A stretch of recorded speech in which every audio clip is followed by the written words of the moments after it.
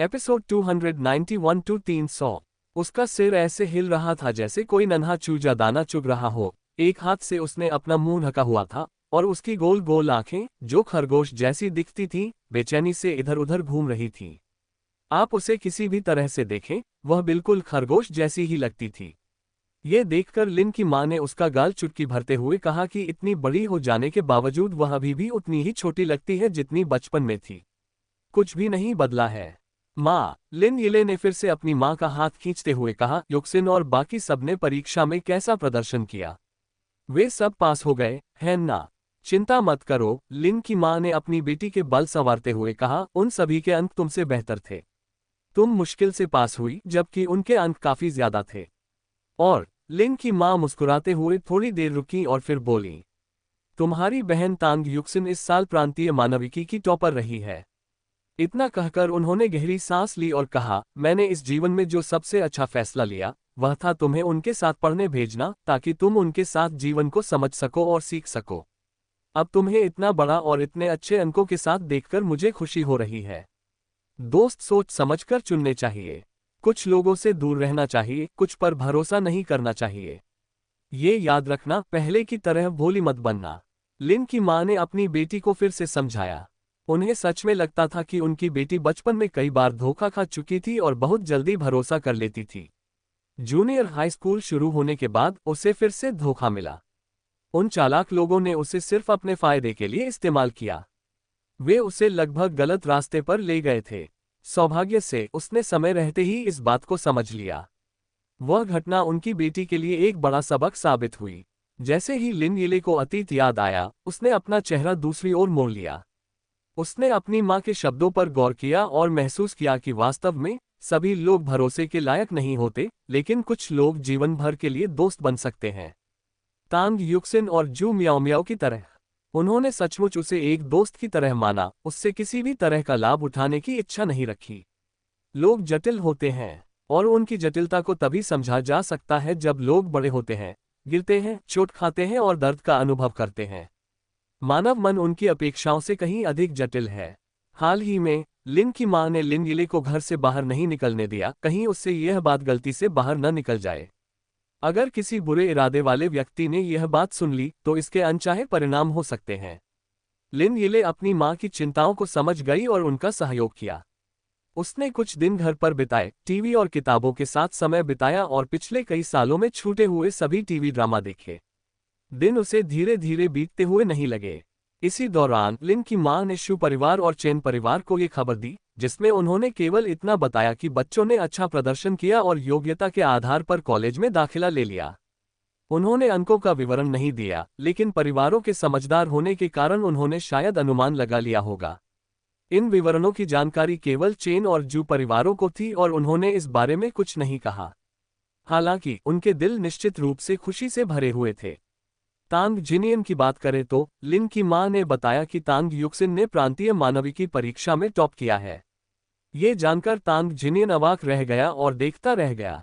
प्रांतीय स्तर पर प्रथम स्थान प्राप्त करने वाली छात्रा प्राचीन काल में वह एक प्रतिभाशाली विद्वान होती। तांग परिवार के पास अब एक शीर्ष विद्वान थी, ये वास्तव में गर्व की बात थी।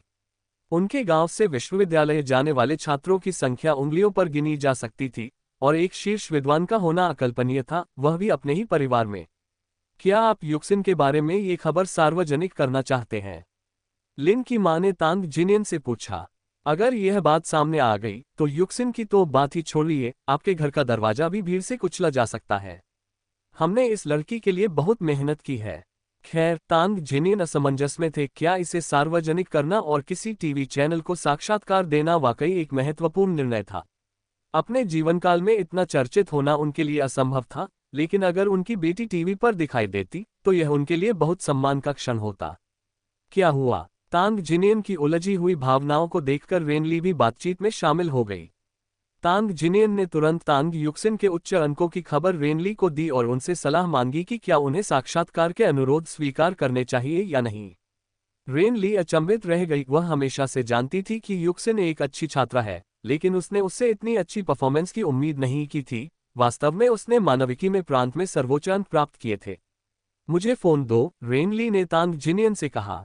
उससे फोन लेकर उसने लिन की मां से बात जारी रखने के लिए उसे अपने कान से लगा लिया। क्या आप असहमत हैं? लिन की मां ने एक बार फिर पूछा। क्या आप निश्चित हैं? हाँ, मुझे यकीन है, रेनली ने तुरंत इस विचार को खारिज कर दिया। वह युक्सिन के स्वभाव को अच्छी तरह समझती थी। युक्सिन को लोगों को अप्रत्याशित सरप्राइज देना पसंद था, लेकिन उसे ध्यान का केंद्र बनना पसंद नहीं था। और सबसे बुरी बात यह थी कि उसके परिवार को कोई परेशानी हो। इसलिए टीवी स्टेशन के इंटरव्यू के लिए हाँ कहने की कोई जरूरत नहीं थी। अगर युक्सिन चाहती भी तो भी वह नहीं मानती। एक लड़की को इस तरह के दिखावे की जरूरत नहीं होती। साथ ही जब तक उनमें जरूरी योग्यताएं न हो तब तक दिखावा न करना ही बेहतर होता है। इस दुनिया में बहुत से ज्यादा काबिल लोग हैं और बहुत से ऐसे लोग भी हैं जो उन्हें बर्दाश्त नहीं कर सकते। जब तांग युक्सिन पहाड़ों से लौटी तो रेनली ने उसे इसके बारे में बताया। अपनी जड़ी बूटियां उठाते हुए तांग युक्सिन ने ऊपर देखा तक नहीं। ऐसा लग रहा था मानो उसे पता था कि उसने प्रांत में पहला स्थान प्राप्त कर लिया है। क्या तुम टीवी पर आना चाहती हो? रेनली ने तांग युक्सिन से पूछा। मैंने उन्हें पहले ही मना कर दिया है, लेकिन अगर तुम अब भी आना चाहती हो तो तुम उनसे संपर्क कर सकती हो। नहीं, तांग युक्सिन ने मुट्ठी भर औषधीय जड़ी बूटियां उठाई और उन्हें एक छोटे जार में रख दिया। फिर उसने एक छोटे पत्थर के ओखली में जड़ी बूटियों को पीसकर पाउडर बना लिया। उसका काम रुका नहीं, उसके विचार एकदम स्पष्ट थे। अच्छा, अब बात पक्की हो गई। रेनली हंस पड़ी। जैसा कि उम्मीद थी, उसके विचार सच्चाई से ज्यादा दूर नहीं थे। वैसे रेनली जाने से पहले पीछे मुड़ी और बोली, युक्सिन, क्या तुम कॉलेज जाने से पहले चेन के लिए और चाशनी बना सकती हो? जब भी उसे सर्दी या बुखार होता है उसे चाशनी चाहिए होती है। अब उसे इसका स्वाद अच्छा लगने लगा है। जब भी उसे तकलीफ होती है वह सिर्फ अपनी बहन की बनाई हुई चाशनी पीना चाहता है। इसे पीने के बाद उसे आराम मिलता है और वह रोना बंद कर देता है। मैं समझती हूँ, तांग युक्सिन ने सिर झुकाते हुए जवाब दिया और जड़ी बूटियां तैयार करती रही। वह जानती थी कि वह अपने प्यारे छोटे भाई के लिए सिर्फ बना रही है। कॉलेज शुरू होने के बाद उसे बीजिंग जाना पड़ेगा और वह अपने भाई को बड़ा होते देखने के लिए बार बार वापस नहीं आ पाएगी। उस समय तकनीक इतनी उन्नत नहीं थी कि वीडियो कॉल की सुविधा हो, नहीं तो वह आज भी अपने भाई को हर दिन देख पाती। पहले तो उसके पिता को उसके साथ पढ़ाई करने के लिए बीजिंग जाना था, लेकिन मौजूदा हालात के कारण यह संभव नहीं हो पाया। खरीदी गई जमीन पर एक बड़े विकास कार्य की संभावना को देखते हुए उन्होंने उसका एक हिस्सा बेचने और बाकी हिस्से से एक इमारत बनाने का फैसला किया। हालांकि तांग युक्सिन को लगा कि जमीन बेचना सबसे बुरा फैसला है, लेकिन उनके पास कोई चारा नहीं था क्योंकि वे एक साथ दोनों काम नहीं कर सकते थे। उनके पास इमारत बनाने के लिए पर्याप्त धन नहीं था, इसलिए अपनी पहली मीनार का निर्माण शुरू करने से पहले निवेश का कुछ हिस्सा वसूलने का यही एकमात्र तरीका था। एक बार जगह तय हो जाने के बाद वे अपनी बाकी योजना पर आगे बढ़ सकते थे। आपको बिस्किट को एक एक करके खाना पड़ता है और निश्चित रूप से आप एक इमारत का निर्माण एक एक मंजिल करके करते हैं। तो पता चला कि विश्वविद्यालय जाने वाली वह अकेली ही होगी। सौभाग्य से जू मियाओ मियाओ, लिन यिल्ले और चेन लिडोंग भी जाने की योजना बना रही थी, इसलिए वह अकेली नहीं होगी। लेकिन वह अपने गोल मटोल बाऊजी जैसे छोटे भाई को पीछे छोड़ना बिल्कुल नहीं चाहती थी। सिर झुकाकर वो उसके लिए चीनी का पानी तैयार करती रही ताकि उसकी गैरमौजूदगी में उसे इंजेक्शन लगवाने के लिए न ले जाया जाए। ये बहुत दर्दनाक होता और वह अपने भाई को जरा सा भी कष्ट सहते हुए नहीं देख सकती थी। वह अपना पूरा दिन पहाड़ पर ऊपर नीचे दौड़ते हुए बिताती थी और उसके पास किसी और चीज के बारे में सोचने का समय ही नहीं होता था। जिस दिन कॉलेज प्रवेश परीक्षा के परिणाम घोषित हुए, पूरा परिवार देर रात तक जागता रहा, फोन के पास बैठा रहा, उम्मीद लगाए बैठा था कि नतीजों की पहली खबर मिल जाएगी। चैन से सोने वाले सिर्फ चेंग थे, जो समझने के लिए बहुत छोटा था, सिसी, जिसे बड़ों के मामलों से कोई मतलब नहीं था, और जाहिर है तांग युक्सिन, जिसके लिए और कुछ मायने नहीं रखता था। जब आखिरकार फोन आया तो तांग जिनियन की प्रतिक्रिया अजीब थी क्योंकि वह कांप रहा था और ऐसा लग रहा था कि वह मुस्कुरा रहा है लेकिन साथ ही रो भी रहा है। कैसा रहा? तांग जिजुन ने जल्दी से पूछा। ये ही स्को है ना? हालांकि उन्हें पहले से ही पता था कि तांग युक्सिन ने कितने अंक बनाए, फिर भी हमेशा ये डर बना रहता था कि कहीं किसी ने गलती न कर दी हो या उन्होंने गलत न सुना हो, इसलिए उन्हें खुद इसकी पुष्टि करनी पड़ी। 756 अंक। तांग जिनियन ने अचानक चौड़ी मुस्कान के साथ कहा, कुल स्कोर 780 अंक है और हमारी युक्सिन ने 756 अंक प्राप्त किए हैं। सचमुच? तांग जिजुन ने खुशी से अपने हाथ मल लिए। प्रांतीय कॉलेज प्रवेश परीक्षा का विजेता झांग शियानकाओ खुशी के आंसू नहीं रोक पाईं। तांग परिवार ने आखिरकार नाम कमा लिया था। ये सोचकर बहुत अच्छा लग रहा था कि उनकी बहन को भविष्य में एक चैंपियन बहन मिलेगी और परिवार की आर्थिक स्थिति सुधर रही थी। इससे बेहतर और क्या हो सकता था। और उसे जरा भी ईर्ष्या या जलन महसूस नहीं हुई, क्योंकि जब उसका अपना बच्चा सफल हुआ था तो ईर्ष्या या जलन करने की क्या बात थी। उस समय उन्हीं जैसे कई परिवार सुबह तड़के उठकर अपने बच्चों के कॉलेज प्रवेश परीक्षा के परिणाम जानने के लिए फोन के पास इंतजार कर रहे थे। परिणाम जानने पर कुछ लोग हंसे तो कुछ रो पड़े। जो लोग उत्तीर्ण हुए वे स्वाभाविक रूप से प्रसन्न थे, जबकि जो लोग असफल हुए वे केवल एकजुट होकर अगले वर्ष की परीक्षा की तैयारी कर सकते थे। कुछ लोग उत्तीर्ण हुए और कई लोग असफल रहे। चीन में कॉलेज प्रवेश परीक्षा हमेशा से ही छात्रों के लिए एक प्रमुख विभाजन रेखा रही है और ऐसी चीज है जिस पर माता पिता का कोई नियंत्रण नहीं होता। और परिणामों की घोषणा के साथ ही मानविकी और विज्ञान में प्रांतीय चैंपियनों के नामों की घोषणा कर दी गई। विज्ञान प्रतियोगिता में विजेता लियानान शहर के एक हाई स्कूल से आया था, जबकि मानविकी प्रतियोगिता में विजेता किंगोन शहर के माध्यमिक विद्यालय संख्या 5 की तांग युक्सिन थी। प्रधानाचार्य इतने उत्साहित थे कि वे पूरे दिन और रात सो नहीं पाए। स्कूल की स्थापना के बाद से यह पहला चैंपियन था और इतना ही नहीं, इसने प्रांतीय कॉलेज प्रवेश परीक्षा में भी सफलता हासिल की। इस वर्ष विश्वविद्यालयों में दाखिले के मामले में स्कूल की सफलता दर प्रांत में लगभग सबसे अधिक रही। उनके 1 दर्जन से अधिक छात्रों को देश के सर्वश्रेष्ठ विश्वविद्यालयों में प्रवेश मिला, जिनमें से कई को किंग विश्वविद्यालय और नानकिंग विश्वविद्यालय में दाखिला मिला। प्रधानाचार्य के अलावा विद्यालय में सबसे अधिक प्रसन्न व्यक्ति शिक्षक जिन थे। शिक्षिका जिन बेहद खुश थीं। जरा उनकी कक्षा को देखिए, न केवल उन्होंने एक प्रांतीय चैंपियन तैयार किया, बल्कि 4 छात्रों को किंग विश्वविद्यालय और नानकिंग विश्वविद्यालय में भी दाखिला मिल गया। इसके अलावा कक्षा में कई ऐसे छात्र थे जिन्होंने प्रथम श्रेणी के विश्वविद्यालय में दाखिला पाने लायक उच्च अंक प्राप्त किए थे। इसके विपरीत 5वीं कक्षा, जिसमें शीर्ष छात्रों के होने की उम्मीद थी, ने परीक्षा में निराशाजनक प्रदर्शन किया। हालांकि कुछ छात्रों को प्रथम श्रेणी के विश्वविद्यालय में प्रवेश मिला और उससे भी अधिक को द्वितीय श्रेणी के विश्वविद्यालय में, लेकिन कुल मिलाकर प्रदर्शन जिनकी कक्षा के स्तर का नहीं था। अगर अभिजात वर्ग इस स्तर पर प्रदर्शन कर रहा है तो और क्या उम्मीद की जा सकती है। शिक्षिका सोंग इतनी परेशान थी कि वे कई दिनों तक ठीक से खाना नहीं खा पाईं। जब भी वे शिक्षिका जिन का घमंडी चेहरा देखती, खासकर जब विद्यालय के शिक्षक उनकी प्रशंसा करते, तो उनके दिल में जैसे आग सी भड़क उठती थी। यकीनन वे तीनों सफल छात्र उन्हीं के थे।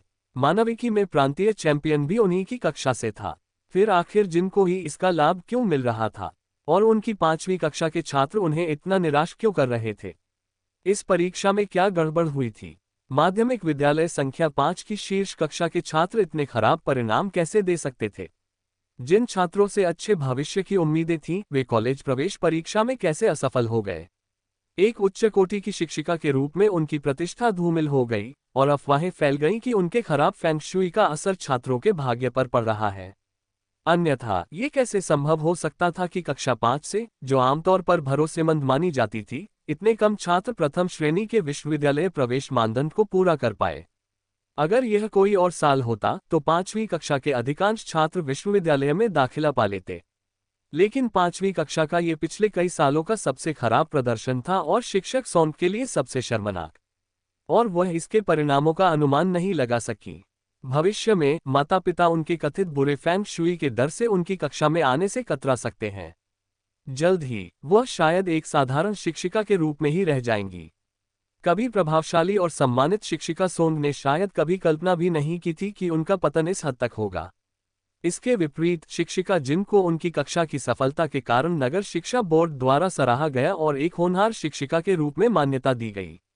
लेकिन शिक्षिका सोंग के विपरीत वह अपने स्वभाव में अपरिवर्तित रहीं, जिससे वह अपने साथियों के बीच अधिक लोकप्रिय हो गईं। प्रांत का विज्ञान का महाप्रतिभाशाली व्यक्ति, मोटे चश्मे वाला एक दुबला पतला युवक, कुछ मौकों पर टीवी पर दिखाई दिया। अपनी विशिष्ट शक्ल सूरत के बावजूद वह अब किंग विश्वविद्यालय का एक वैध छात्र था और निश्चित रूप से देश के भविष्य के लिए एक महत्वपूर्ण व्यक्ति बनेगा। दूसरी ओर मानविकी की इस अग्रणी छात्रा के बारे में लोगों को कोई जानकारी नहीं थी। उनके नाम और स्कूल के अलावा लोग उनके बारे में कुछ भी नहीं जानते थे, यहाँ तक कि उनकी शक्ल सूरत भी नहीं। तांग युक्सिन को शायद शुक्रगुजार होना चाहिए कि तकनीक इतनी विकसित नहीं हुई है कि मिनटों या सेकंडों के भीतर ही उसे कोई भी कहीं भी पहचान सके। फिलहाल जब तक टेलीविजन या अखबारों में उनकी पहचान का व्यापक प्रचार नहीं किया जाता, तब तक किसी को पता नहीं चलेगा कि वह तांग युक्सिन है, और प्रांतीय चैंपियन होने की बात तो और भी कम लोगों को पता होगी, भले ही वे उनके ठीक सामने बैठे हों। जब स्कूल का पहला दिन आया तो सभी पिता अपने बच्चों को गाड़ी से स्कूल छोड़ने गए। अच्छी बात यह थी कि सभी बच्चे बीजिंग में ही स्कूल जा रहे थे। तांग युक्सिन और लिन यिले, जो एक ही विभाग में थे, उन्हें सबसे कम दूरी तय करनी पड़ी। हालांकि उनके आने के बाद पहली चुनौती सैन्य प्रशिक्षण थी। तांग जिनियन अपनी बेटी का सामान ढोते हुए काफी बोझ से लदे हुए थे। सामान में रजाई वगैरह भी थीं, जिन्हें वे बाहर से खरीदना पसंद नहीं करते थे। उन्हें घर पर सिली हुई रजाइयां ज्यादा पसंद थीं, जो उन्हें काफी मोटी और सर्दियों के लिए पर्याप्त गर्म लगती थीं। लेकिन गर्मियों में वह कैसे गुजारा करेगी, इस बारे में उन्होंने सोचा भी नहीं था। अपने पहले वर्ष के दौरान उन्हें कैंपस में रहना अनिवार्य था, लेकिन दूसरे वर्ष से वे आने जाने में सक्षम थे। छात्रावासों का आवंटन समूहों के आधार पर किया गया था, और यह या तो संयोग था या लिन के पिता के संपर्कों के कारण तांग युक्सिन अंततः लिन यिले के साथ एक ही छात्रावास में रहने लगी। प्रत्येक छात्रावास में 6 बिस्तर थे।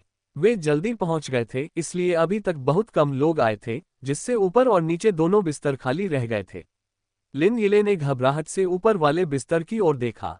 बाप रे, कितना ऊंचा है, डरावना है। सौभाग्य से वे जल्दी आ गए, नहीं तो उसे 3 साल तक ऊपर वाले बिस्तर पर सोना पड़ता। मुझे ये वाला चाहिए, लिन यिले ने खिड़की के पास वाले बिस्तर की ओर इशारा करते हुए कहा। ये जगह आदर्श थी क्योंकि यहाँ अच्छी प्राकृतिक रोशनी आती थी, साथ ही ये दरवाजे से काफी दूर था, जो सर्दियों में बहुत राहत देता था।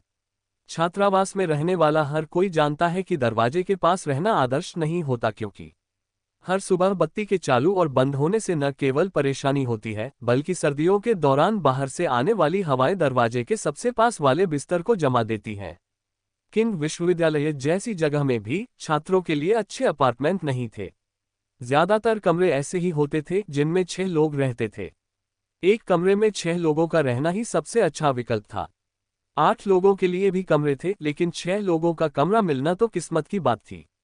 और चूंकि कोई और नहीं आया था, इसलिए वे ऊपर और नीचे की चारपाइयों में से किसी एक को चुनने के लिए स्वतंत्र थे।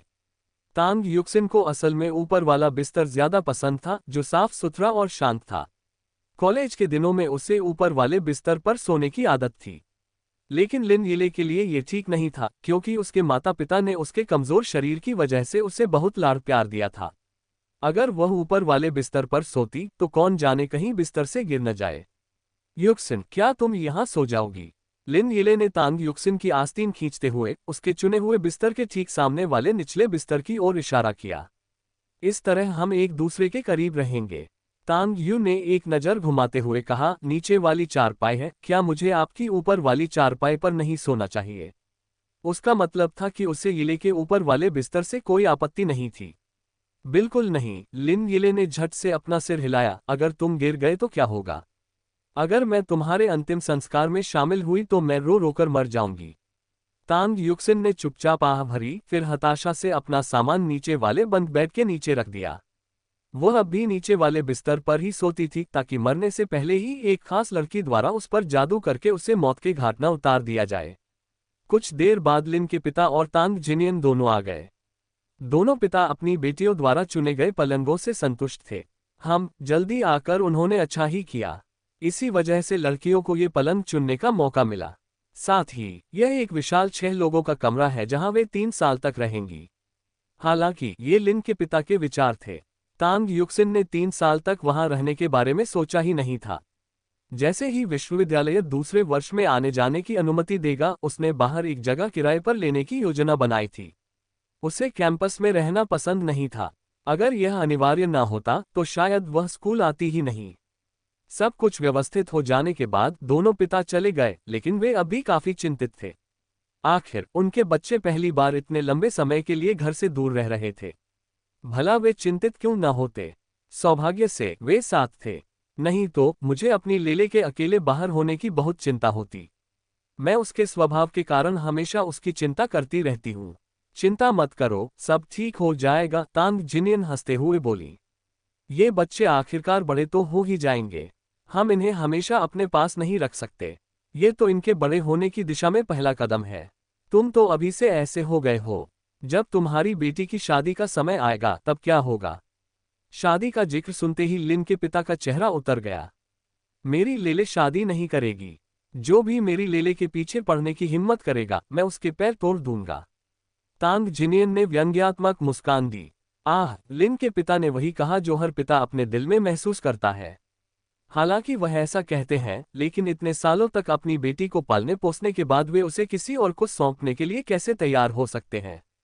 ये ऐसा है जैसे साल भर की मेहनत से एक बड़ी पत्ता गोभी उगाई हो और फिर किसी और को उसे ले जाते हुए देखना। पत्ता गोभी कितनी कोमल और स्वादिष्ट थी। ये वाकई दिल तोड़ने वाला और दर्दनाक होगा, है ना? लेकिन जाहिर है बच्चों को बड़ा होना पड़ता है और अंततः शादी करनी पड़ती है। उन्हें अपनी प्यारी बेटियों को किसी दूसरे पुरुष को सौंपना ही पड़ता है, चाहे उनकी इच्छा कितनी भी अरुचि क्यों न हो। ये सोचकर बहुत दुख होता है। दोनों पिताओं ने एक दूसरे की ओर देखा और दोनों ने एक दूसरे की आंखों में कुछ खास देखा। वह खास बात यह थी कि जो भी उनकी बेटियों से शादी करना चाहेगा उसे निश्चित रूप से बहुत मजबूत होना पड़ेगा। बेशक तांग युक्सिन और लिन यिले को इस बात का जरा भी अंदाजा नहीं था कि उनके पिता क्या सोच रहे हैं। वे तो अभी अभी कॉलेज की जिंदगी शुरू कर रही थी। घर से निकलने के बाद यह उनका पहला दिन था। वे अभी तक अपनी नई वास्तविकता को पूरी तरह समझ नहीं पाए थे। उनके मन में बस जिज्ञासा और उत्साह का भाव था। वे अब कॉलेज में थे और छात्रावास में रहते थे। तांग युक्सिन ने अपना बिस्तर ठीक किया और रजाई की सिलवटों को समेटा, फिर मुड़कर देखा तो लिन येगुआन कमरे में इधर उधर देख रहा था। उसे बिल्कुल भी अंदाजा नहीं था कि वह क्या सोच रहा है। कुछ देर बाद छात्रावास के अन्य छात्र आ गए। सबसे पहले आने वाली लड़की अपने माता पिता के साथ आई थी, जो दोनों ही ईमानदार ग्रामीण लोग थे। वह लड़की प्यारी, छोटी और गोल मटोल थी और मुस्कुराने पर उसके गालों पर डिंपल पड़ते थे। तुम बहुत जल्दी आ गई, लड़की स्वभाव से ही मिलनसार थी। छात्रावास में पहले से मौजूद अपनी दो सहपाठियों को देखते ही उसने गर्मजोशी से उनका अभिवादन किया। हेलो, लिन यिले खड़ी हो गई। पहले से ही एक प्यारी लड़की होने के कारण वह बहुत ही मिलनसार थी।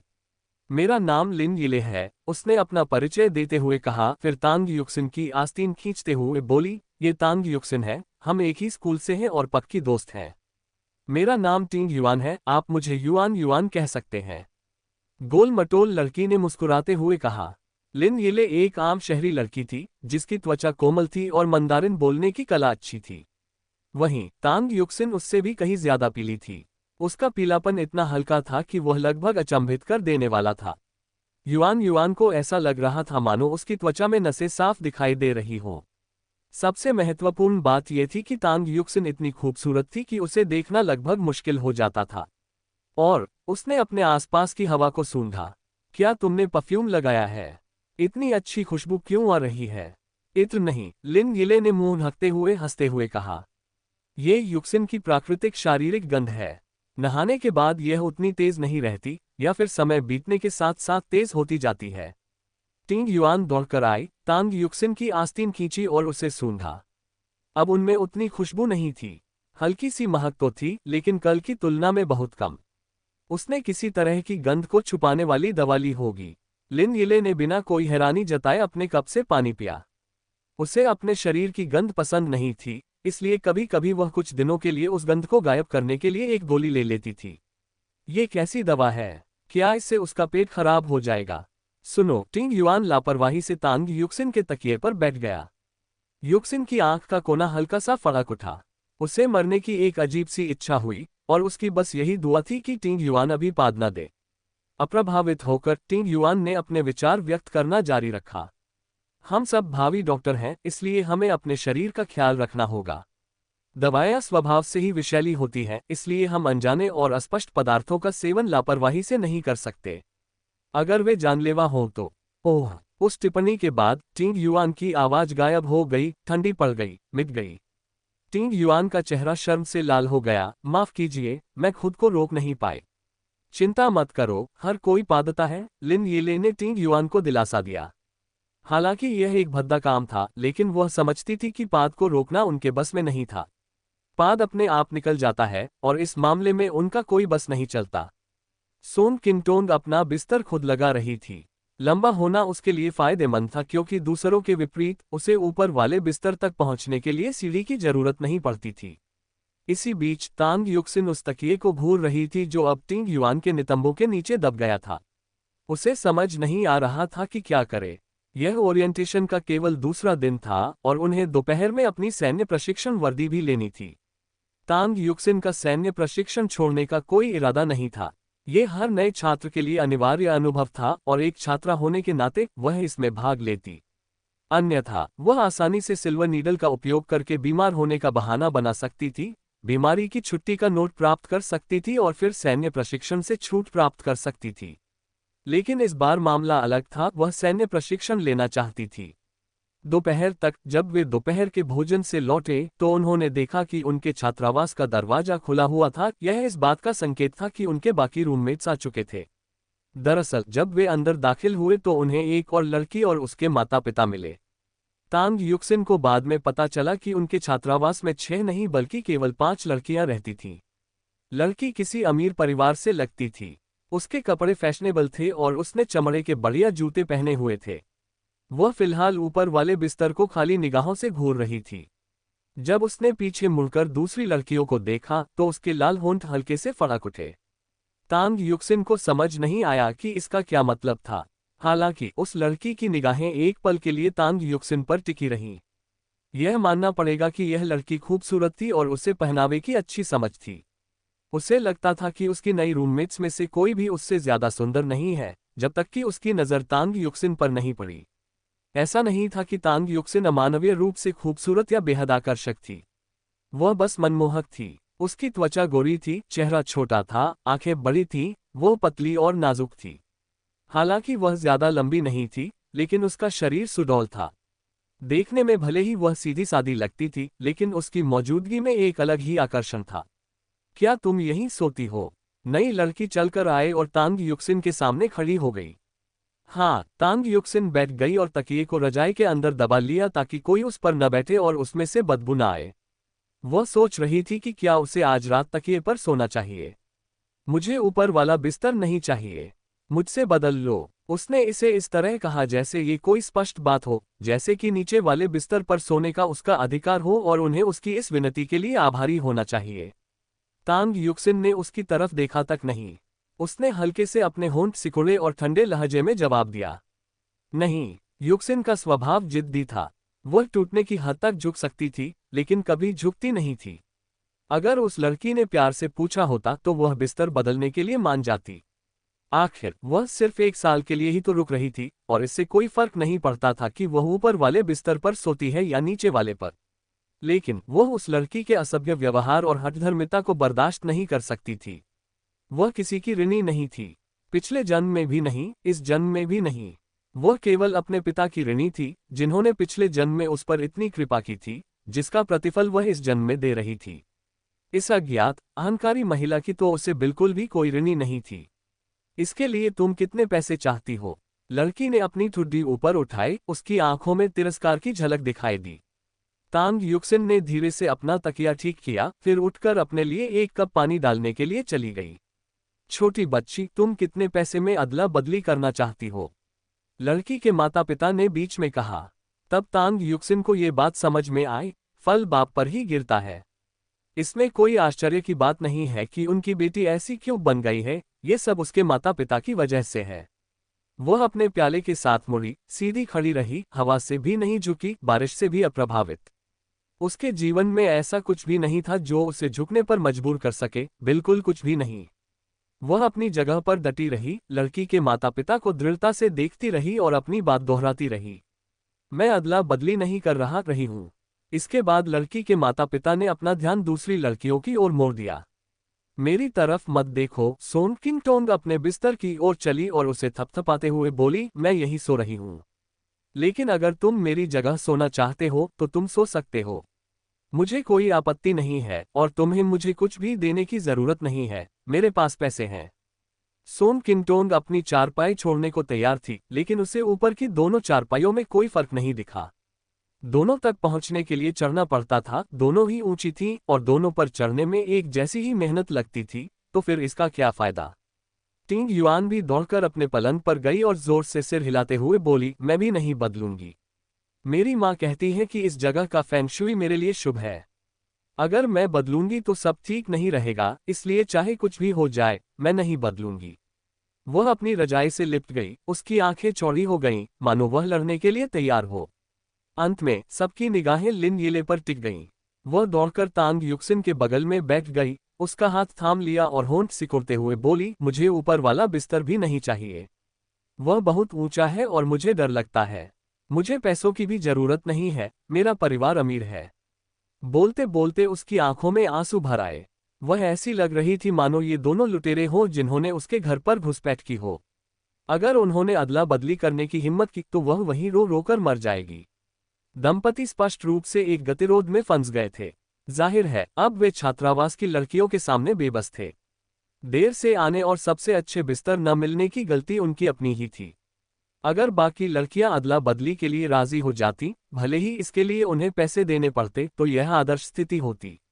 लेकिन उनके इनकार के कारण दंपति अदला बदली के लिए दबाव नहीं डाल सकते थे। तुम्हें कितने पैसे चाहिए? वह लड़की अभी भी पूछ रही थी और तांग युक्सिन की ओर सीधे देखते हुए बोली, बताओ तुम्हें कितने पैसे चाहिए? बस कीमत बता दो, मैं दे सकती हूँ। इस बीच तांग युक्सिन ने मानो कुछ सुना ही न हो और उसका हाथ एक बोतल पकड़े हुए उससे खेल रहा था। अगर किसी की आवाज उसे परेशान करने लगे तो उसे कुछ दिनों के लिए चुप करा देने में उसे कोई आपत्ति नहीं थी। चेन परिवार के प्राचीन नुस्खों में कई मजेदार औषधियां थीं और उसने उनमें से कुछ को अभी अभी बनाया था। मेंग मैंग, रहने दो। लड़की की मां झट से दौड़ी और अपनी बेटी का हाथ पकड़ लिया। मैं स्कूल से बात करके देखूंगा कि क्या वे आपके लिए कोई दूसरा छात्रावास उपलब्ध करा सकते हैं। हम यहाँ नहीं रह सकते, ये ठीक नहीं है। उसने चुपके से कुछ छात्राओं को फिर से देखा, उसकी भौहें कसकर सिकुड़ी हुई थीं। सचमुच उनमें से हर एक दूसरे से अजीब था। एक अंधविश्वासी थी, दूसरी बहुत लंबी, तीसरी जिद्दी और उभयलिंगी और चौथी रोने वाली। ऐसे विचित्र रूममेट्स के साथ उसकी बेटी मेंग मैंग भला कैसे सफल हो सकती थी? क्रोधित होकर लड़की ने अपने दांत इतनी जोर से भींचे कि मानो टूट ही गए हों। जैसे ही वह प्रवेश द्वार पर पहुंची, उसने बिस्तर के खंभे पर जोर से लात मारी। कमरे में एक जोरदार धड़ाम की आवाज गूंजी। टिंग युआन ने झट से अपना चेहरा ढक लिया। ये कितना दर्दनाक होगा। उसने अपने शरीर के अंगों का इस्तेमाल धातु पर प्रहार करने के लिए किया था। क्या वह मूर्ख थी या सिर्फ एक नासमझ? लड़की का चेहरा पहले पीला पड़ा, फिर सफेद पड़ गया और फिर लाल हो गया। उसके चेहरे पर 3 रंग तेजी से बदलते रहे और वह सिचुआन ओपेरा अभिनेता से जरा भी कमतर नहीं थी। अंततः वह लड़की और उसका नवधनी परिवार चला गया। अंत में केवल उस लड़की का लंगड़ा शरीर ही बचा रहा। टिंग युआन ने अपनी छाती थपथपाई। चाहे वह कितनी भी लापरवाह क्यों न हो, कम से कम उसमें कुछ तो समझदारी थी। मांस धातु को कभी नहीं जीत सकता। इतनी बुद्धिमान होने के बावजूद चिकित्सा की पढ़ाई कर रही है, तो ऐसा राक्षस कहाँ से आया? वह तांग युक्सिन के बिस्तर तक गई, फिर उसने अपनी उंगली ऊपर की ओर उठाई। तुम्हें कितने पैसे चाहिए? बिल्कुल उसकी तरह, तुम्हें कितने चाहिए? मैं तुम्हें दे दूंगी। उसने नाक ऊपर उठाते हुए और चेहरे पर व्यंग्यात्मक मुस्कान लिए कहा। लिन यिले अचानक हंस पड़ी और दौड़कर उनके पास आ गई। दोनों ने कुछ देर तक आपस में कुश्ती की, जो काफी मनोरंजक लग रही थी। तांग युक्सिन अभी भी दवा की बोतल से खेल रही थी, कौन जाने वह क्या सोच रही थी। सोन किंटोन चलकर पास आई, नीचे झुकी और उत्सुकता से तांग युक्सिन के हाथ में रखी दवा की बोतल को कुरेदा। यह क्या है? दवा। तांग युक्सिन ने ऊपर देखते हुए अपनी भौहें उठाईं। क्या आप थोड़ी लेना चाहेंगे? इसका स्वाद काफी अच्छा है। ये किस लिए है? सोन किंटोन ने थोड़ा मुस्कुराते हुए पूछा। फिर वह बैठ गई। उसे अपने नितंबों के नीचे कुछ सख्त सा महसूस हुआ और उसे एहसास हुआ कि वह कंबल पर रखे तकिए पर बैठी है। तांग युक्सिन उसे घूर रही थी।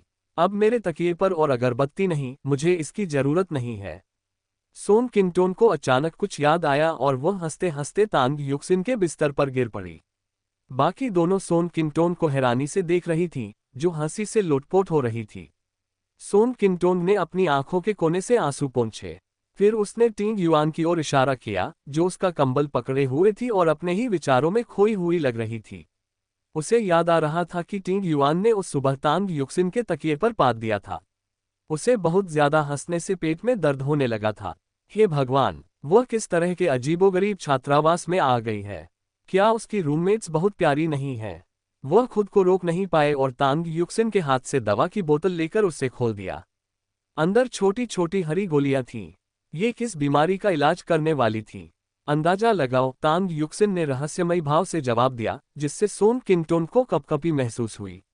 उसने झट से बोतल तांग युक्सिन को वापस दे दी। उसे उकसाना ठीक नहीं था, क्योंकि वह थोड़ी रहस्यमयी थी।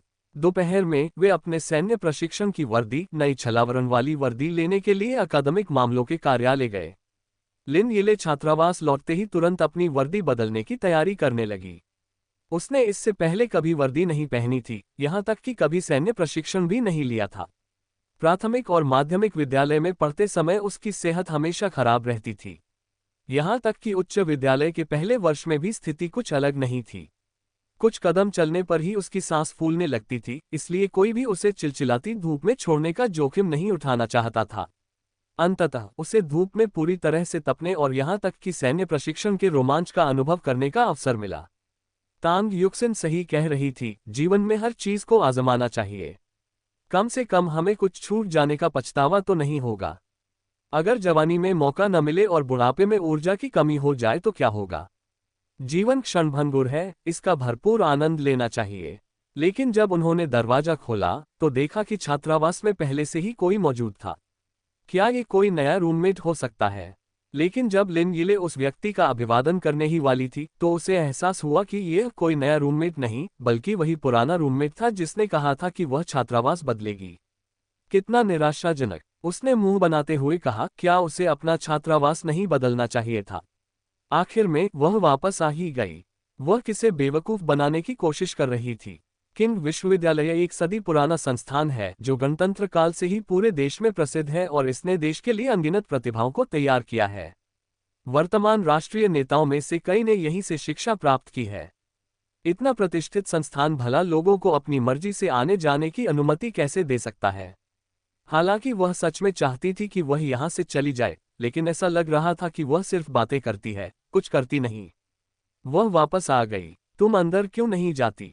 टिंग युआन आगे बढ़ी और लिन यिले की बांह पकड़ ली। लेकिन अंदर मौजूद व्यक्ति को देखकर उसने तुरंत अपना बिस्तर जांचा। जैसे ही उसने देखा कि उसका बिस्तर वहीं है, उसने राहत की सांस ली। अच्छा हुआ, उसका घोंसला अभी भी सुरक्षित था और उसे बदला नहीं गया था। दरअसल प्रवेश द्वार पर पहुंचते ही तांग युक्सिन ने अंदर किसी को देखा, क्योंकि वहां किसी स्किनकेयर उत्पाद की एक खास गंध थी जिसे उसने पहले मिंगमेंग से महसूस किया था। वे सभी छात्रावास में दाखिल हुए और अपने अपने कपड़े अपने अपने बिस्तरों पर रख दिए। इसका मतलब था कि कपड़े बदलने की उनकी योजना को स्थगित करना पड़ा। मिंगमेंग नाम की लड़की ने लापरवाही से उनकी ओर देखा और मानो नाक सिकुड़ी हो। उसके माता पिता के चेहरे पर उदासी छाई हुई थी, शायद इसलिए कि वे थोड़े शर्मिंदा थे। आखिरकार उन्होंने ही छात्रावास बदलने की पुरजोर घोषणा की थी, लेकिन अंत में वे ऐसा करने में असफल रहे और उन्हें वापस लौटना पड़ा। एक कहावत है कि अच्छा घोड़ा कभी बासी घास नहीं खाता। ये पुरानी घास सचमुच खाने लायक बिल्कुल नहीं है। अगर आप इसका बहुत अधिक सेवन करेंगे तो आपकी दम घुटने से मौत भी हो सकती है। अच्छा, मिंगमेन की मां ने अपनी अनिच्छुक बेटी को खींचकर लड़कियों से कहा, चाहे कुछ भी हो जाए, तुम सब अगले 3 साल तक सहपाठी बनकर साथ रहोगी। अगर अभी से अच्छे संबंध नहीं बनाओगी तो भविष्य में कैसे बना पाओगी? हमारी मिंगमेन को हमने बचपन से ही बहुत लाड़ प्यार दिया है। कृपया पहले जो हुआ उसे दिल पर मत लो। वह सब एक गलतफहमी थी। तुम सब 3 साल तक साथ रहोगी, क्या तुम्हें एक दूसरे का ख्याल नहीं रखना चाहिए? अपना हाथ बढ़ाए लेकिन मुस्कुराते हुए व्यक्ति को न मारें। हम सभी सभ्य लोग हैं और नए युग के विद्यार्थी हैं, इसलिए निश्चित रूप से हमें सिर हिलाकर सहमति जतानी चाहिए। हाँ, सपने में दिख रही लड़की का पूरा नाम सुन युमिंग है। किसी को नहीं पता कि उसने कितने अच्छे अंक लाकर आखिरकार किंग विश्वविद्यालय में दाखिला लिया, चाहे यह उसके परिवार के प्रभाव के कारण हुआ हो या उसके वास्तविक अंकों के कारण, इससे कोई फर्क नहीं पड़ता। अंततः वह किंग विश्वविद्यालय में है और यही उसकी सफलता है। सुन युमिंग के माता पिता के जाने के बाद छात्रावास में एक अजीब सा माहौल छा गया। तभी लिन यिले ने अपने कपड़े निकाले और बदलने लगी। मैं कैसी दिख रही हूँ? उसने दूसरों से पूछा कि क्या वह आकर्षक दिख रही है। टिंग युआन ने लिन यिले को अंगूठा ऊपर करके इशारा किया, जबकि सोन किंगटोंग ने उस छोटी लड़की की टोपी ठीक की।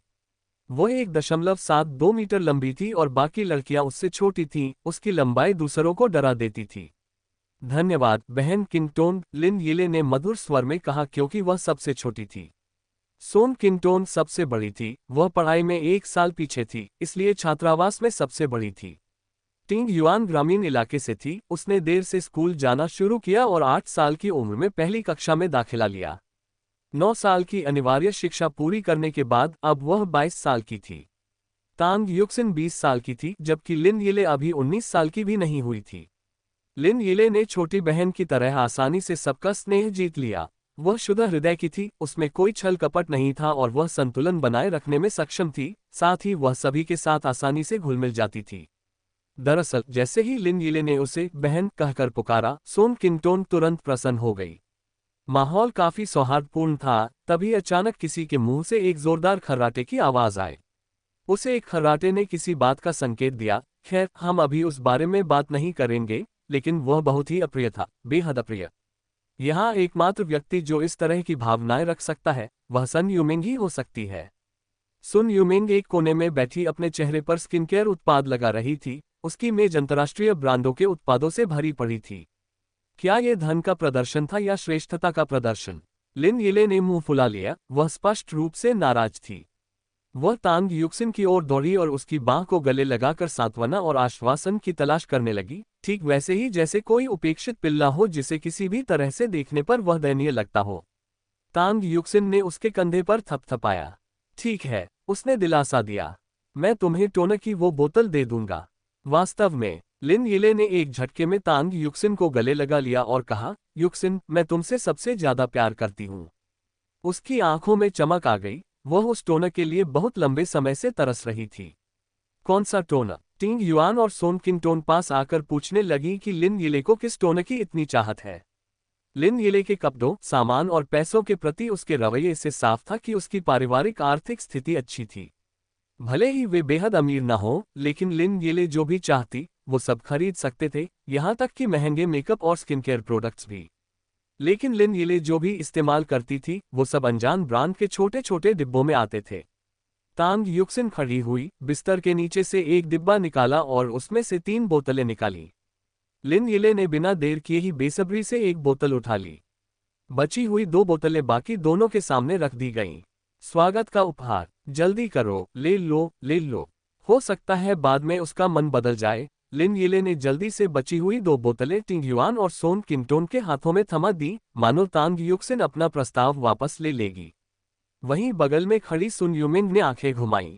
पता नहीं उसमें क्या है और उसे चेहरे पर लगाने की हिम्मत कैसे हुई। त्वचा की देखभाल के मामले में केवल मशहूर ब्रांड्स पर ही भरोसा करना चाहिए। लिन यिले ने पीछे मुड़कर सुन यूमिंग के सिर के पीछे एक बड़ा मजाकिया सा चेहरा बनाया, हालांकि सुन यूमिंग इसे देख नहीं सकती थी। बाकी दोनों अपनी हंसी रोकने की कोशिश कर रहे थे। लिन यिले ने जल्दी से टिंग युआन और सोन किंगटोन को एक कोने में खींच लिया और उनसे फुसफुसाकर कुछ कहने लगी। इन उत्पादों को कम मत समझो। ये प्राचीन सूत्रों से बने हैं और इन्हें हाथों से निकाला गया है। मेरी त्वचा देखो, उसने अपने चेहरे की ओर इशारा करते हुए कहा। वह युवती जीवन शक्ति और यौवन से भरपूर थी, उसकी त्वचा दमकती और बेदाग थी। उनमें सबसे खूबसूरत त्वचा तांग युक्सिन की थी। वह इतनी सफेद थी कि लगभग पारदर्शी लग रही थी, जिसे छूकर लोग जानना चाहते थे कि क्या छूने पर भी वैसी ही लगती है जैसी दिखती है। उत्तर पश्चिमी क्षेत्र में रहने वाली टिंग युआन में उस क्षेत्र की एक विशिष्ट विशेषता थी, उसके चेहरे पर पहाड़ी लालिमा छाई रहती थी। गर्मियों में ये दिखाई नहीं देती थी, लेकिन सर्दियों में यह निश्चित रूप से उभर आती थी। सोन किंगटोन के चेहरे पर कुछ फुंसियां थीं और त्वचा थोड़ी रूखी थी, इसलिए दोनों लड़कियां उनकी त्वचा को देखकर हैरान रह गईं। वे सोच रही थीं कि क्या किंगडोन में पानी की गुणवत्ता बेहतर होने के कारण ही वहां की लड़कियां इतनी दमक रही थीं।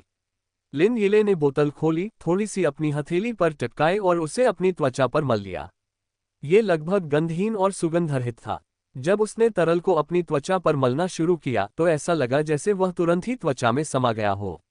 इसे सही तरीके से लगाएं, खासकर सैन्य प्रशिक्षण के दौरान, यह आपको धूप से बचा सकता है।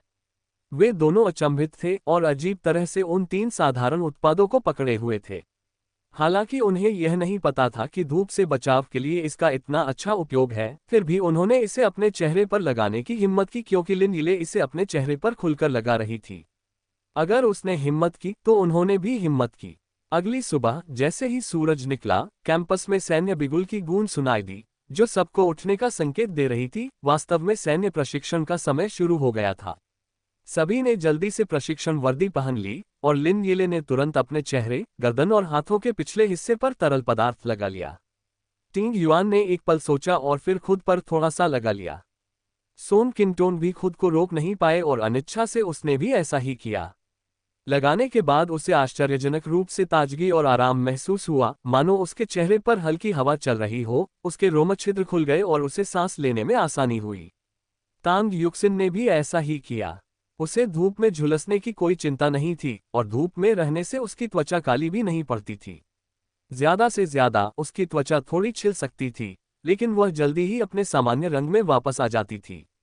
सुन यूमेन के चेहरे पर पहले से ही 3 परतें महंगे स्किन केयर उत्पादों की लगी हुई थीं।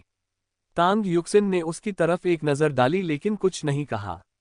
ये 18 या 19 साल की लड़कियां हैं जिन्हें इतने ज्यादा स्किन केयर प्रोडक्ट्स की जरूरत नहीं होती।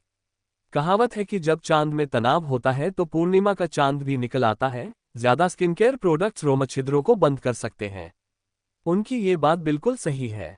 स्पष्ट है कि सुन यूमेन के शरीर में अत्यधिक गर्मी है। उन्हें अब इसे कम करने की जरूरत है, न कि सप्लीमेंट लेने की। चेहरे पर इतने सारे उत्पाद लगाना जिससे रोम छिद्र बंद हो जाते हैं, एक प्रकार का सप्लीमेंट लेना ही है। अत्यधिक सप्लीमेंट लेने से परेशानी हो सकती है। हालांकि ये दूसरों का मामला है और इससे उसका कोई लेना देना नहीं है। वे अपनी अपनी कतार में खड़े हो गए। इस चिकित्सा विभाग में लोगों की संख्या बहुत अधिक नहीं है, लेकिन शिक्षक विभाग और विदेशी भाषा विभाग में अधिक लोग प्रतीत होते हैं। इसके बाद वर्दी पहने प्रशिक्षकों की एक टीम आई और उनमें से एक ऐसा प्रतीत हुआ जिसे तांग युक्सिन परिचित महसूस कर रही थी। वह आदमी बहुत लंबा था। भीड़ में भी वह सबसे लंबा था, बाकी सब लोगों से लगभग आधा सिर लंबा।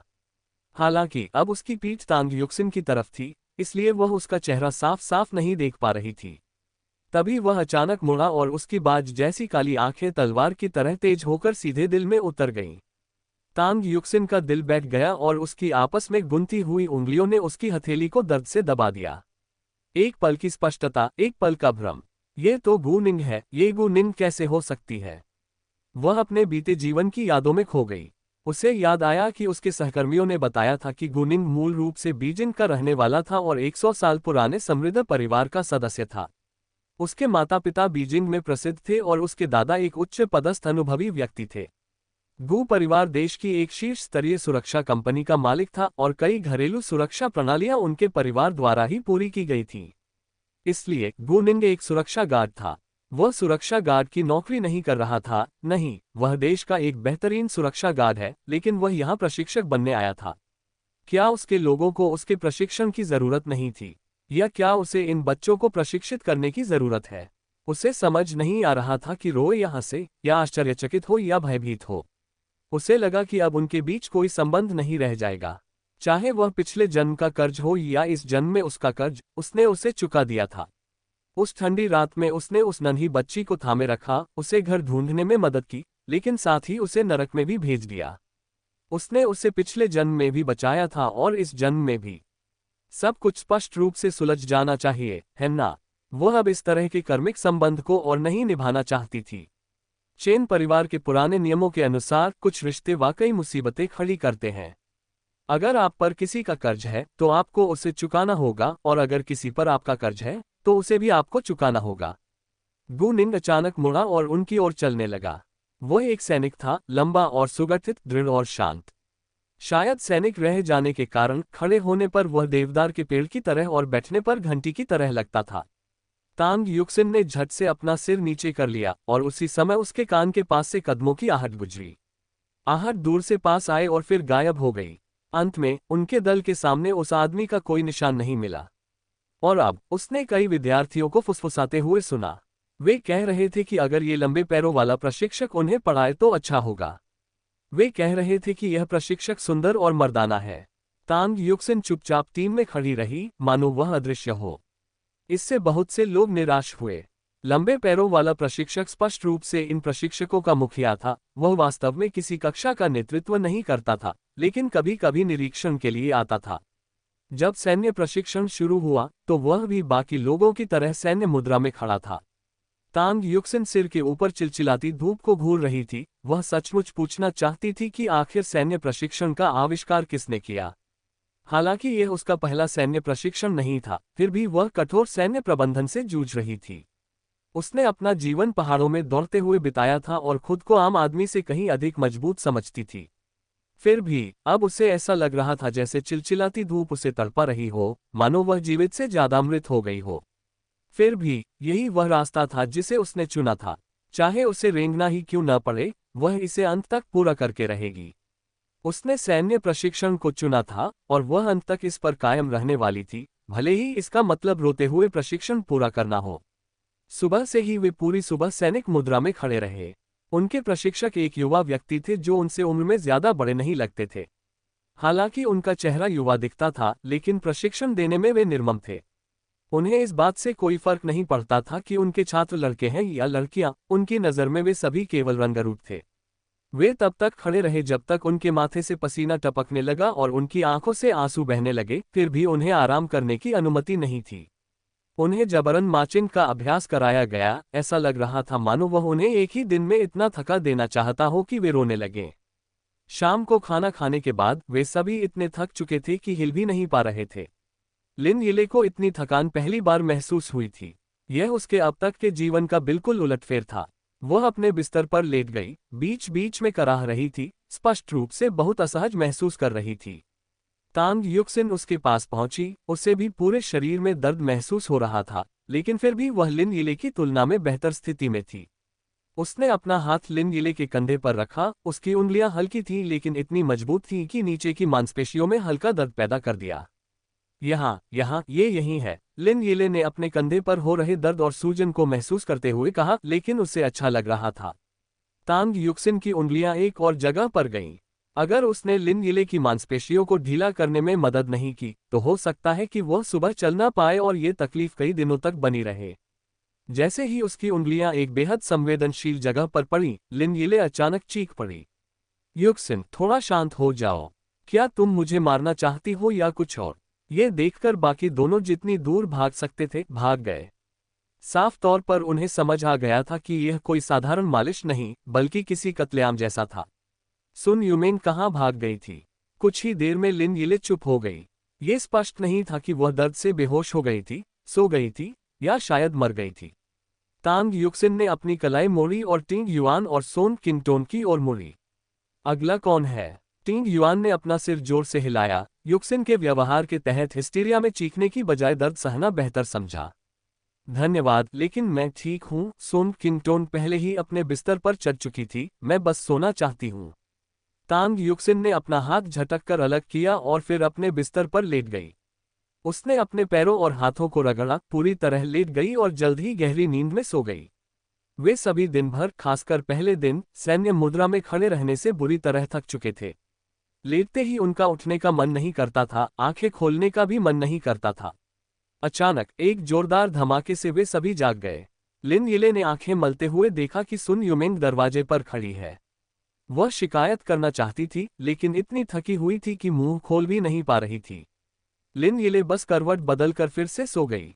जैसे ही उसे नींद आए, किसी के ऊपर नीचे चढ़ने, गुनगुनाने और इधर उधर घूमने की आवाज से उसकी नींद टूट गई। यह आवाज इतनी परेशान करने वाली थी कि उसके कान दुखने लगे। आखिरकार इतने शोर के बीच वह सो गई, लेकिन तभी चेहरे पर थप्पड़ जैसी आवाज से उसकी नींद खुल गई। वह नींद में ही उठ बैठी तो देखा कि सुन युमिंग मेकअप रिमूवर से अपना चेहरा पोंछ रही थी और इतनी जोर से पंखा चला रही थी मानो बेरहमी से चला रही हो। तुमने खुद को थोड़ा और जोर से थप्पड़ क्यों नहीं मारा? उसने जम्हाई ली और सोने के लिए बिस्तर पर लेट गई, लेकिन ऊपर वाला बिस्तर हिलता रहा। वह इसे बर्दाश्त करने की कोशिश कर रही थी, लेकिन जैसे ही उसे दोबारा नींद आने लगती, हिलते हुए बिस्तर की आवाज से वह झटके से जाग जाती। कभी कभी ऐसा लगता था जैसे भूकंप आ रहा हो, लेकिन वह उठने के लिए बहुत थकी हुई थी। उसने सोचा, अगर सच में भूकंप आया होता तो शायद वह भागना नहीं चाहती। तभी अचानक तुरही की आवाज सुनाई दी। वह जल्दी से उठ बैठी, अभी भी थोड़ी नींद में थी। ये कैसी आवाज थी? बहुत शोरगुल था। वह फिर लेट गई, लेकिन कुछ ही पल बाद फिर उठ बैठी। तभी उसे याद आया कि वह स्कूल में है, सैन्य प्रशिक्षण में। उसने जल्दी से अपने कपड़े उठाए और पहन लिए। पिछले दिन के प्रशिक्षण से उसकी मांसपेशियां दुख रही थीं, फिर भी उसकी हरकतें तेज थीं, लेकिन दर्द सहने लायक था। सुन युमिंग को छोड़कर, जो अभी भी गहरी नींद में थी, बाकी लोग एक एक करके जागने लगे। अरे! लिन यिले ने पलंग के तख्ते पर थपथपाया। सन यूमिंग, उठो, सैन्य प्रशिक्षण का समय हो गया है। सुन यूमिंग ने आंखें खोले बिना ही शाप दिया। बहुत परेशान कर रहे हो, मुझे तंग करना बंद करो। लिन यिले ने पलटवार करने के लिए अपना मुंह चौड़ा खोल दिया, लेकिन उसे एहसास हुआ कि उसे किसी को गाली देना नहीं आता। वह मुड़ी और अपना बिस्तर ठीक करने लगी। उसने अपनी रजाई को बड़े करीने से तह करके रख दी। इसी समय तांग युक्सिन 2 केतली लेकर अंदर आए। दूसरे शब्दों में, वह उबलते पानी से भरी 4 बड़ी बोतलें लेकर आई थी। तांग युक्सिन ने केतली नीचे रखी और अभी अभी जागी टिंग युआन को कंबल मोड़ने में मदद की। उसने टिंग युआन को जल्दी से नहाने की सलाह दी और उसे अपनी शारीरिक स्थिति का मजाक न उड़ाने की चेतावनी दी। थोड़ा गर्म पानी पी लो। टिंग युआन का चेहरा लाल हो गया और उसने अपना पेट सहलाया। दुर्भाग्य से उसे मासिक धर्म हो रहा था और उसने इस पर ध्यान नहीं दिया था। उसने तांग युक्सिन को धन्यवाद दिया, अपनी केतली उठाए और खुशी खुशी चेहरा धोने चली गई। उनके छात्रावास में ज्यादा भीड़ नहीं थी, जिसका मतलब था कि कई नल खाली थे। जब वह लौटी तो तांग युक्सिन नाश्ता ला चुकी थी। रात का खाना अक्सर जल्दी जल्दी बनता था और कई छात्र खाना नहीं खा पाते थे। तांग युक्सिन, जो जल्दी उठने वाली थी, उनके लिए पानी और नाश्ता लाई थी। जब तक उन्होंने खाना खत्म किया तब तक प्रशिक्षण का समय हो गया था। लेकिन जब छात्रावास के निरीक्षण की बारी आई तो उनमें से एक सो रहा था, जिसने कुछ ही मिनटों में उनके साफ सुथरे छात्रावास को गंदगी में बदल दिया। उन्हें पूरे स्कूल के सामने आलोचना का सामना करना पड़ा और अंततः स्वच्छता के मामले में उनका छात्रावास सबसे निचले पायदान पर आ गया। तांग युक्सिन का चेहरा गुस्से से लाल हो गया। उसे पहले कभी इतनी शर्मिंदगी नहीं हुई थी और छात्रावास के बाकी लोग भी खुश नहीं दिख रहे थे। लेकिन सुन यूमिंग, जो अभी अभी उठी थी और जिसने न तो चेहरा धोया था और न ही दांत साफ किए थे, उसने ऐसा दिखाया जैसे उसे इससे कोई लेना देना ही नहीं है और लापरवाही से इधर उधर देखने लगी। उन्हें खेल का मैदान साफ करने की सजा दी गई। शाम तक, जब उन्हें सैन्य मुद्रा में खड़ा होना पड़ा, तो वे लगभग बेसुध होकर अपने छात्रावासों में लौट आए। उस रात तो उन्होंने खाना भी नहीं खाया, क्योंकि वे सोने से पहले अपना चेहरा धोने या दांत ब्रश करने के लिए भी बहुत थके हुए थे। लगातार दूसरी रात, पहले दरवाजा पटकने की आवाज आई, फिर किसी के खुद को थप्पड़ मारने की आवाज, फिर बंद बेड के मुड़ने की चरमराहट की आवाज। जब वे आवाजें लगभग बंद हो गईं, तब उन्हें यह नहीं पता था कि आधी रात में कितना समय हो गया है। तांग युक्सिन उठ बैठी, उसने बगल में रखी घड़ी उठाए और समय देखा। सुबह के 6 बज चुके थे। उसने कपड़े पहने और 4 केतलियां लेकर बाहर चली गई। केतलियां लगभग खाली थीं और उसे एक अतिरिक्त काम करने में कोई आपत्ति नहीं थी। आखिर एक बार पानी लाना 4 बार पानी लाने के बराबर ही था।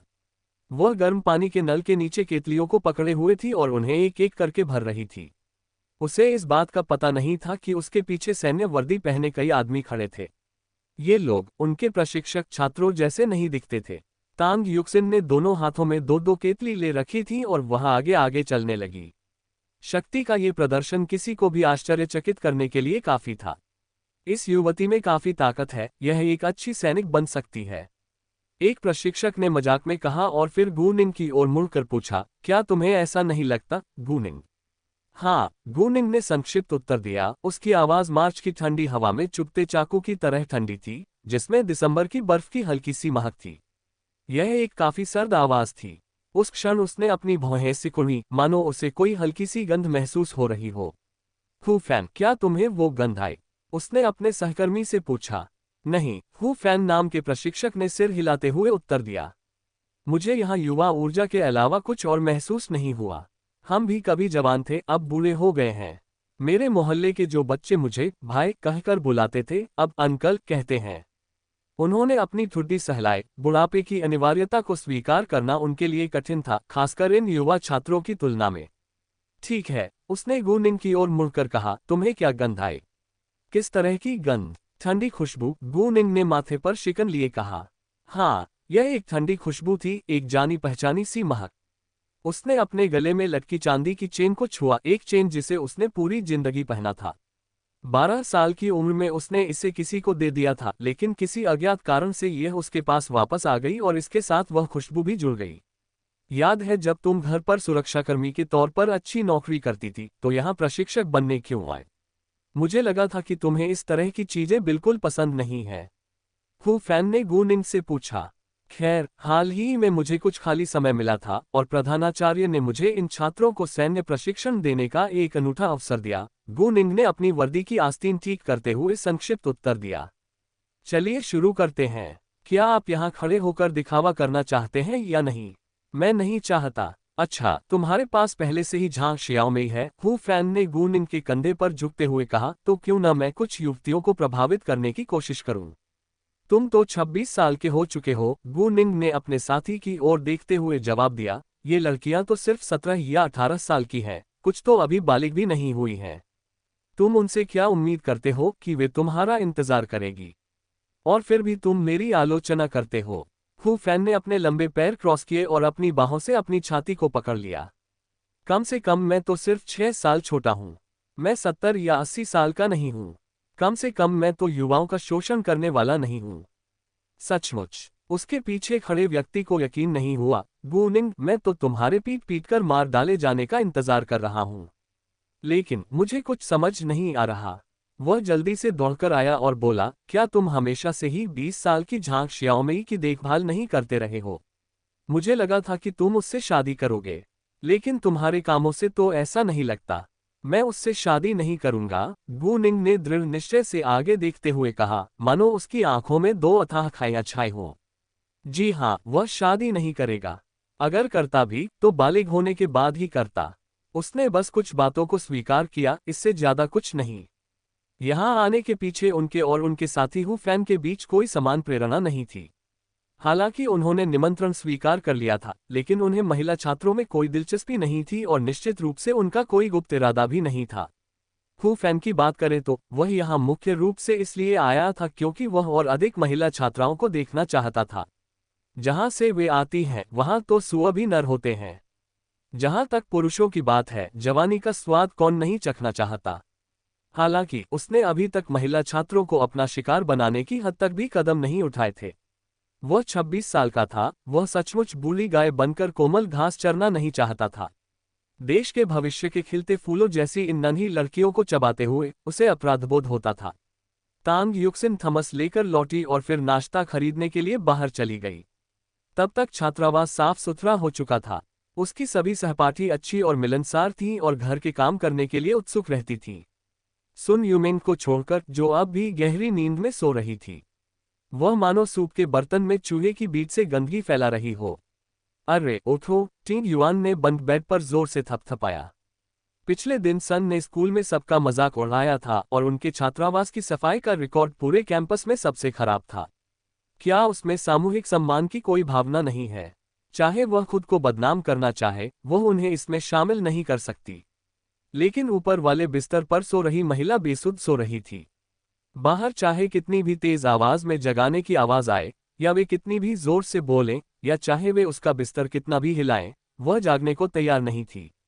सोन किंगटोंग अपनी बाह थपथपाती रही और गर्दन घुमाती रही। वह पास गई, हाथ बढ़ाया और सुन यूमेंग के ऊपर से रजाई खींच ली। सुन यूमेंग ने सिर्फ अंडरवियर पहना हुआ था। अरे वाह, वो भी काले रेशम का। ऐसा अंडरवियर तो परिपक्व महिलाएं पहनती हैं, खासकर इस तरह का खुला अंडरवियर। सुन यूमेन के कपड़े देखकर लिन यीमेन का चेहरा शर्म से लाल हो गया। वह तो अभी भी एक छोटी बच्ची थी।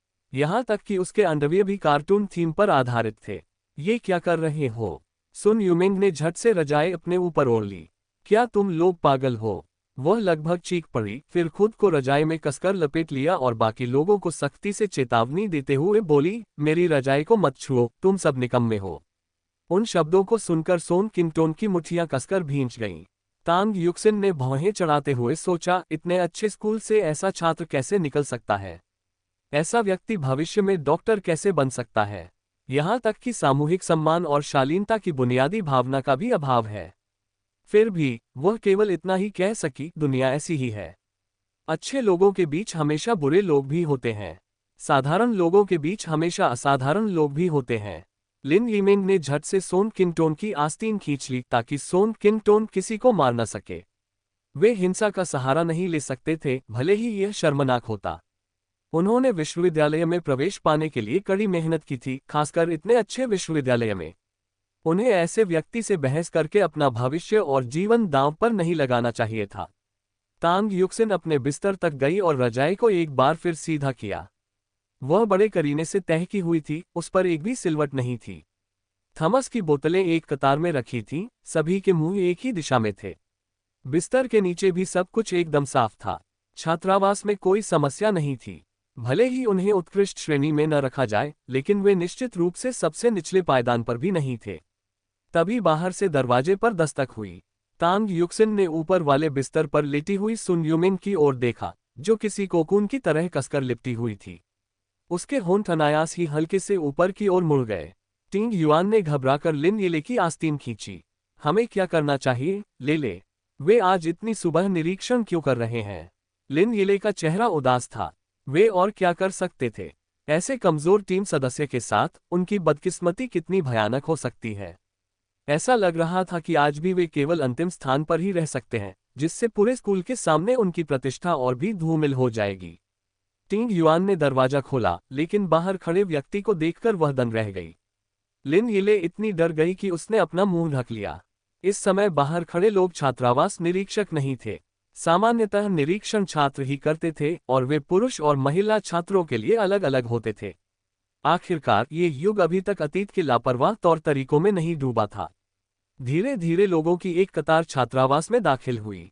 छात्रावास निरीक्षण कर्मियों के अलावा अन्य छात्रावासों के पुरुष और महिला प्रमुख, उनके प्रशिक्षक और मुख्य प्रशिक्षक भी उपस्थित थे। और मुख्य प्रशिक्षक गु निंग थी।